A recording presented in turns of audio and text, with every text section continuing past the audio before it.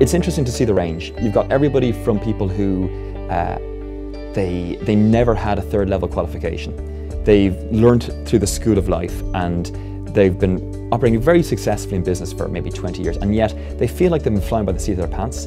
They feel like they've been getting away with it, and what they want to do is put a real rigor, a real framework, best practice behind what they do.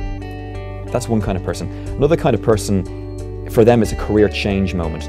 They've been a technical expert in their field, so they could be a pharmacist, or they could be a barrister, or they could be an IT professional, and that's got them so far.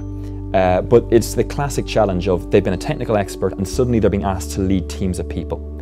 And the skills that got them to here won't get them to there. And a diploma in management allows them broaden out their technical view and bring them to having a far more panoramic view of how business works. The reason they come to us is they know they want to have a management qualification, but they want a management qualification that actually changes the way they work day to day.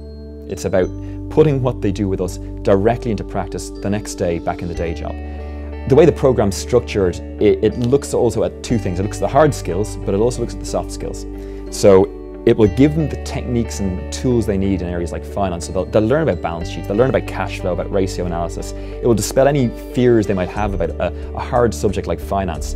But it'll also help them start to look at themselves as a manager, their approach, their technique, how they manage people. These days, companies are stretched to their limits.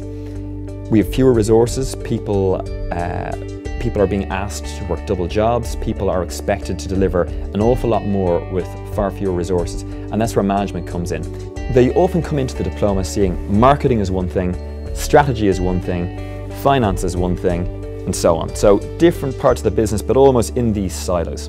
What's absolutely magic is when you see over the course of the program, people joining the dots.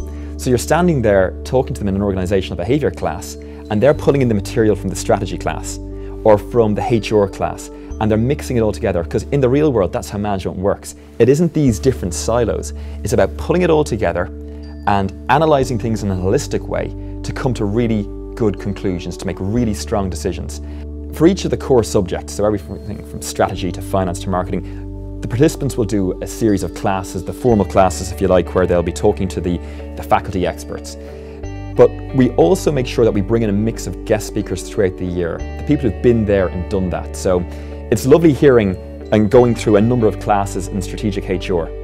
What makes it powerful in real life is when we bring in somebody like the head of the Irish boxing team, and they talk about how they've put best practice HR processes together to bring the Irish team from being also-rans to being world champions. And then you can see how HR really works in practice. Or if we're in organizational behavior, we're talking about how you put together a team, leadership under pressure, self-motivation, and that's great in class, but then we bring in a guest speaker like the guy who led the first successful Irish expedition up Mount Everest. And then you really see what leadership is under pressure. And it allows us to join the dots between academic best practice and genuinely people performing in real life.